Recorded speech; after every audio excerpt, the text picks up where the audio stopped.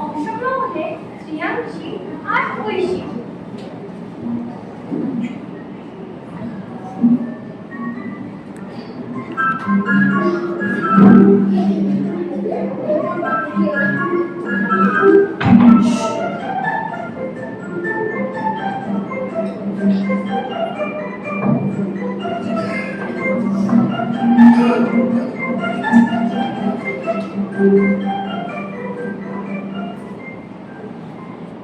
যতীনবাবুর দোষটা কি জানে?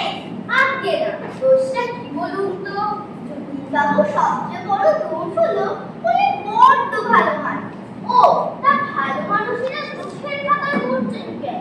ধরবো না বোঝায় কিছু পৈতৃক সম্পত্তি ছিল, ব্যাংকে দিব্যি মোটা টাকা আমানত ছিল, কয়েক লাখ টাকা সে মারাও খাটছিল, গাড়ি বাড়ি জমি জমাট একপ্রকার ভাষাভাষী কাণ্ড।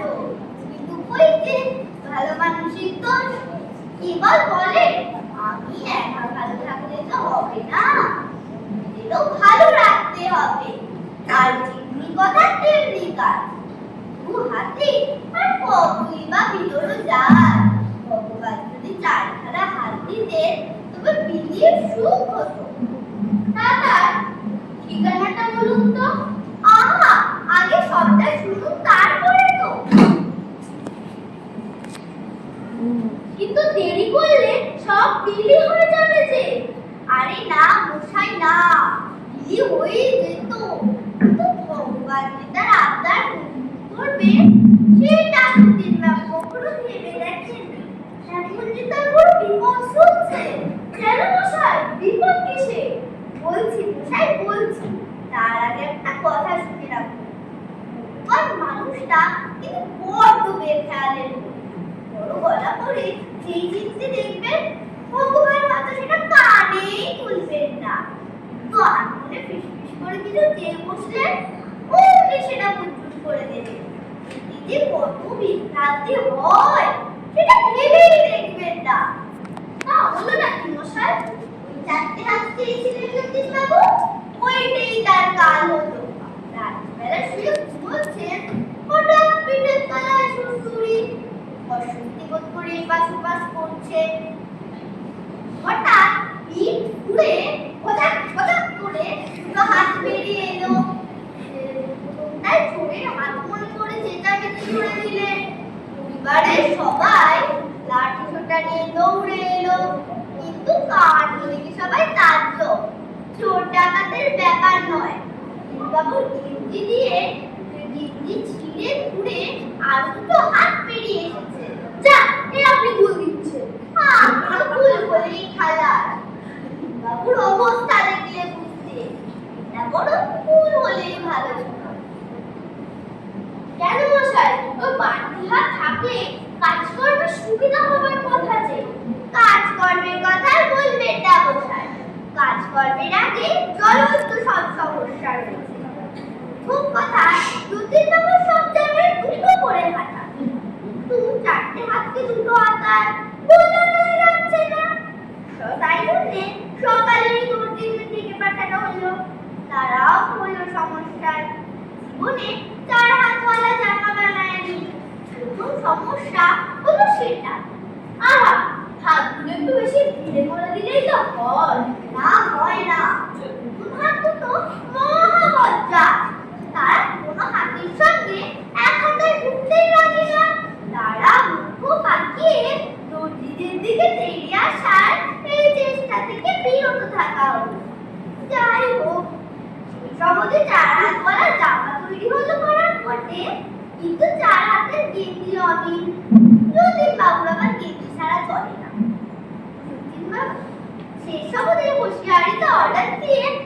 আবার অনেক কষ্টে গিন্দিরও বন্দোবস্ত হলো।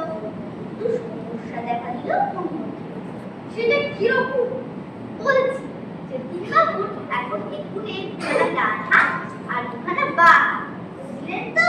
দিব্যি বুঝলাম। প্রদান দুটো সোজা ছিল। এটা যদি এক সোজা হতো তবে আর মুশকিলটা কি ছিল?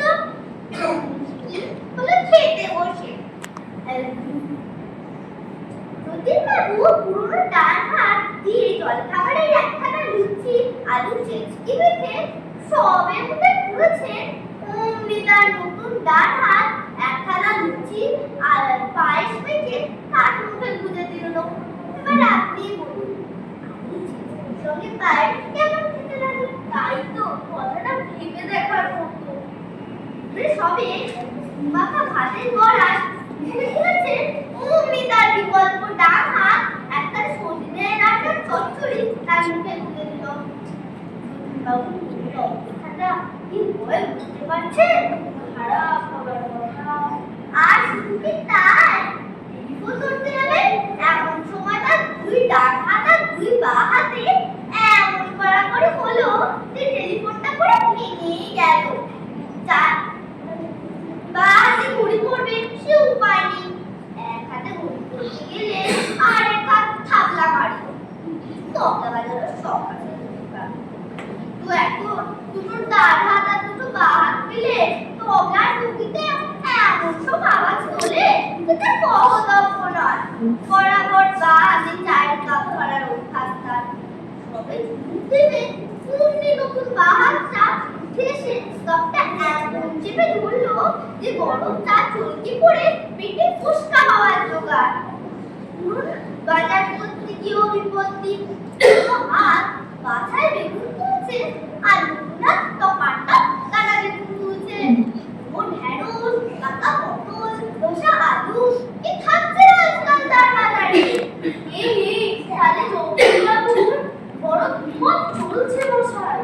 তার বলতে তাই বলছিল ভগবানের কাছে কষ্ট করে কিছু চেয়ে বসবেন না। ওর তো বেখেয়ালের লোক।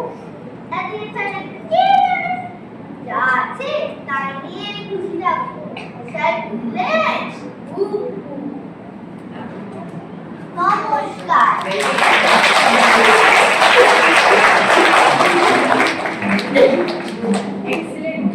তাহলে এবার থেকে ভেবে চিন্তে যাবেন কিন্তু, না হলে সতীশবাবুর মতো অবস্থা হবে। অংশগ্রহণে বৈশালী মুখ্যতা আর প্রতীক্ষা।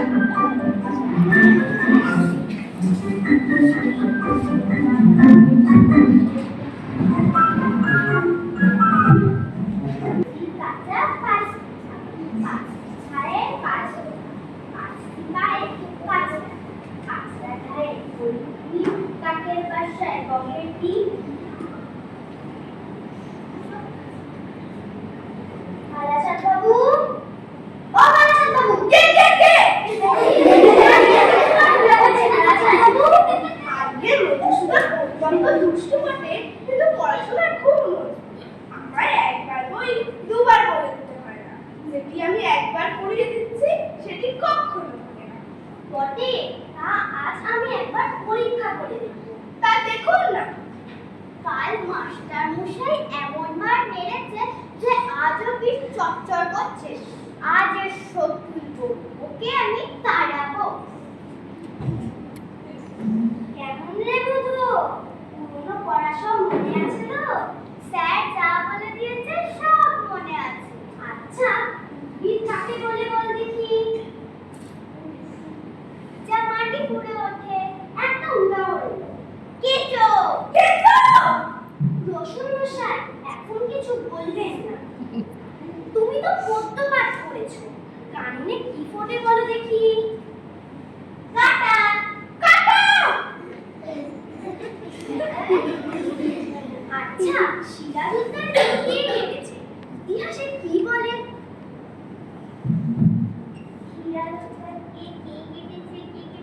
পোকায় কেটেছে। পোকায় কেটেছে? সিরাজউদ্দৌলা কেন, পুরো ইতিহাস বইটাকেই পোকায় কেটেছে। দেখুন ব্যাকরণ মনে আছে? আছে। কর্তা কি? একটা উদাহরণ দিয়ে বুঝিয়ে দাও দেখি। কর্তা ওপারের জয় মুন্সি। কেন বলো দেখি? কারণ তিনি ক্রিয়াকর্ম নিয়ে থাকেন। তোমার মাথা। আগে ওটা আমার মাথা না, ওটা আমার পিঠ।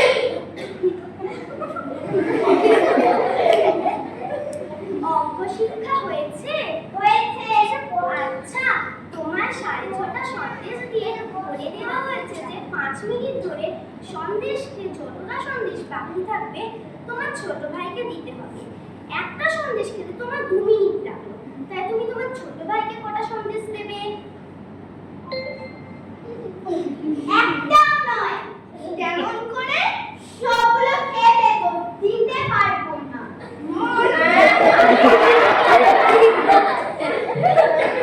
আগে মায়ের চোটে অনেক সিধা জিনিসও পেকে যায়। মহারাজ বাবু, এটা আপনার ভ্রম। মারপিট করে খুব অল্প কাজে হয়।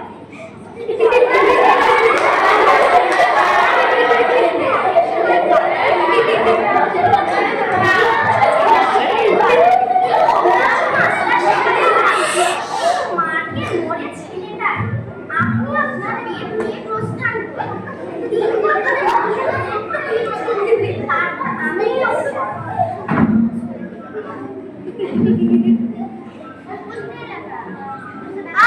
বাঁচা গেল। বাঁচা গেল মশাই। এ ছেলেকে পড়ানো নতুনের পড়ো, কেবল মাত্র ম্যানুয়াল লেবার। 30 দিন ধরে একটা ছেলেকে পুড়িয়ে মাত্র 5 টাকা হয়। এই মেহনতে মাটি কুড়োতে পারলে নিজের 10 টাকাও হয়।